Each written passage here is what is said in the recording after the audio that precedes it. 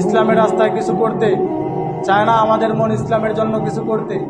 আমাদের মন চায় না যে বলে শেষ রাতে উঠে আল্লাহর কাছে তওবা করি। আমাদের মন চায় না যে ইসলামের জন্য আমরা কোনো ভালো কাজ করে যাই। আমাদের মনটা চায় না যে আমরা কি করি, আমরা ধর্মীয় কাজের মধ্যে বেশি বেশি ব্যাপক হারে চলে যাই। আমাদের মন এমন হয়ে গেছে, বারবার আমরা পাপের দিকে চলে যাই। যেখানে বিধর্মীদের সাংস্কৃতিক অনুষ্ঠান চলে সেখানে আমরা অ্যাক্টিভ থাকি, কোরআন হাদিসের অনুষ্ঠানের মধ্যে আমাদের মন যেতে চায় না। যখন আমাদের মনটা এমন নিষ্ঠুর হয়ে যাবে, এমন এমন কালো দাগ যখন আমাদের মনে পড়ে যাবে, তখন আপনি আল্লাহর কাছে বলতে থাকবেন, ইয়া মুকাল্লিবাল কুলুব, ইয়া মুকাল্লিবাল কুলুব সাব্বিত কলবি, ইয়া মুকাল্লিবাল কুলুব সাব্বিত কলবি আলা দীনিক, ইয়া মুকাল্লিবাল কুলুব সাব্বিত কলবি আলা দীনিক। হে অন্তরের পরিচালনাকারী, হে অন্তরের পরিচালনাকারী, আমার অন্তরটাকে আপনার দিনের উপর আপনি স্থির রাখুন, আমার মনটাকে আপনার দিনের উপর আপনি স্থির রাখুন।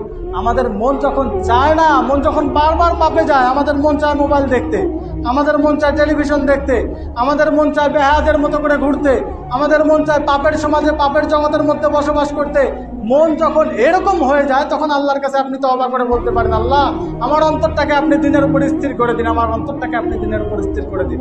মন যখন চায় নিজে